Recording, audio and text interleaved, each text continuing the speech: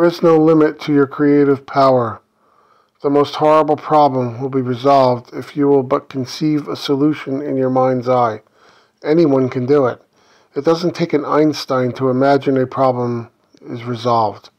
Do not limit your creative power by determining the ways and means for it to come about, for imagination has at its disposal ways that are past finding out. Do not be concerned as to how, when, or where, only the end. If you are in debt, what is the solution? That you win the lottery or an uncle dies and leaves you his fortune? No. The end is that you are debt-free. How would you feel if all of your bills were paid? Assume that feeling and let imagination harden that feeling into a fact. Every problem has a solution. Imagine the solution and assume it is true. What would you see and do were it true? How would you feel? Persist in that feeling, and in a way no one knows the solution will come to pass.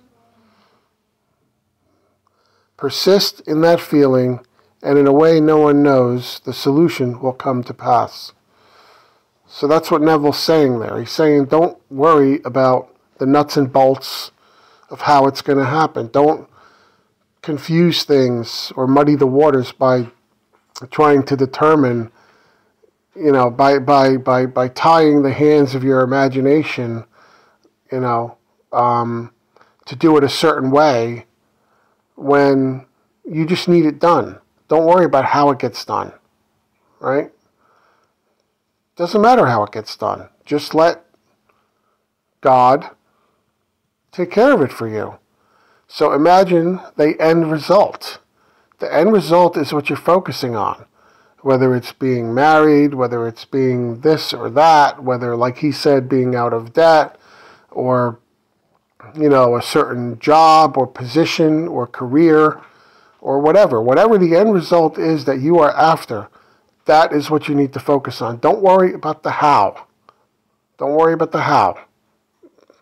That will be taken care of in ways that you can't even imagine. Right? Ways that you cannot even imagine. And, like I said in other ones, sometimes it's difficult, the pathway. You have to have faith. You have to be ready for turmoil if it were to happen that way. Doesn't mean it's going to happen that way, but it can. I could tell you from my own experience when I was imagining a different life from a previous life I had. For me, the transition was pretty rocky and uncomfortable. But I'd still rather be where I am now than where I was then, right?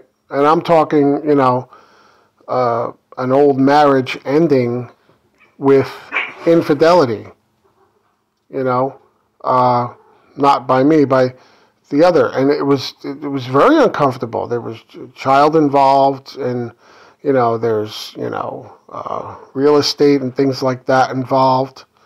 Lawyers, but it all worked out in the end. Same thing with jobs and careers, Neville even says in one of his talks, he says, sometimes it takes you getting fired from a job. And he said,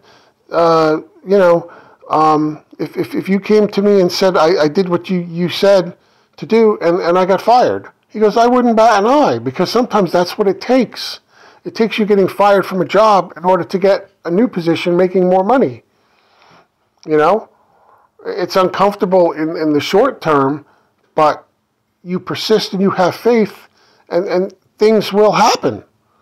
And, they happened for me. I spent, in between from one thing to another, it was a good, for me, 6 months. Well, this happened to me multiple times in my career, but the most recent, it was a good 6 months, and I wasn't sure what was going to happen, but it all worked out. And it worked out with a job where I'm making much more than I was then. So don't worry about the how. Just worry about the end result, and it will be taken care of for you. So I hope this is useful to someone. Please like and subscribe, and go check out my other stuff. Thank you.